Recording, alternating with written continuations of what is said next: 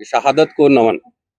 और ये दिन हमें सिर्फ शहादत को याद करने का दिन नहीं है, जोश और जुनून के साथ आरएसएस और भाजपा की जो सरकार है उसको उखाड़ फेंकने का शपथ का दिन भी हम लोगों ने मनाया है आज।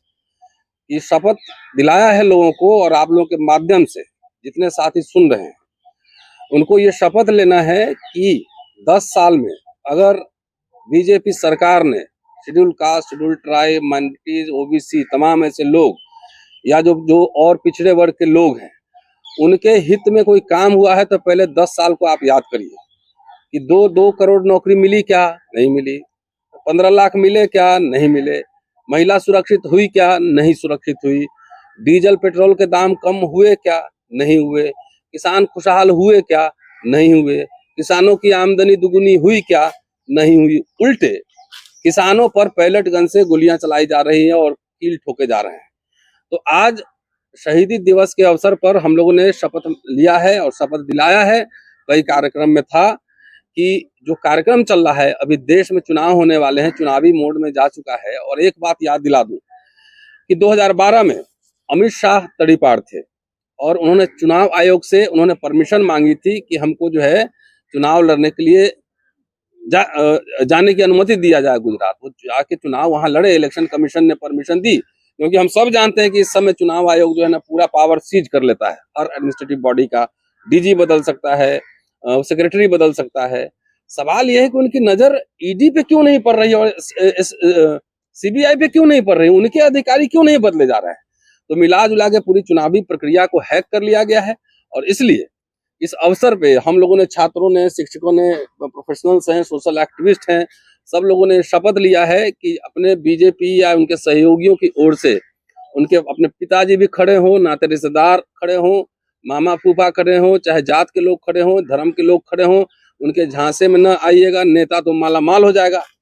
नेता का क्या, नेता तो माला माल हो जाएगा, उसको मंत्री बनना है, एमएलए एमपी बनना है, लेकिन आप लोग की जो है ना हकमारी हो जाएगी, आपकी कुटाई हो जाएगी। इसलिए कि कोई भी जात, धर्म, नाते रिश्तेदार, परिवार कोई भी अगर हो, भाजपा से और एनडीए अलायंस से उसको हराने का काम करें, अपना पैसा खर्च करके प्रचार करें और ऐसे लोगों को हरवाएं, क्योंकि ये सरकार सारी सार्वजनिक संस्थाएं या तो बेच रही है और नहीं तो सभी संस्थाओं पर आरएसएस का कब्जा हो चुका है। ऐसे लग रहा है कि आरएसएस ने इंडियन रिपब्लिक पे कब्जा कर लिया है और जो उनके साथ हैं वो सर्फ में धुल जाते हैं। वॉशिंग जो है वो भाजपा वॉशिंग पाउडर में धुल जाते हैं। उनका मशीन भी उनका है, वॉशिंग पाउडर भी उनका है। और जो उनसे डिसएग्रीमेंट कर रहे हैं, नेता की तो बात छोड़ दीजिए, हमारे जैसे जो सोशल एक्टिविस्ट हैं, जो एकेडमिशियन हैं, जो पढ़ाने का काम करते हैं, उनके ऊपर भी मुकदमे डाले जा रहे हैं, उनको भी जेल भेजा जा रहा है। और नेताओं का जो हाल हो रहा है तो आप देख ही रहे हैं। पहले हेमंत सोरेन गए और अब जो है अरविंद केजरीवाल की गिरफ्तारी हो गई है।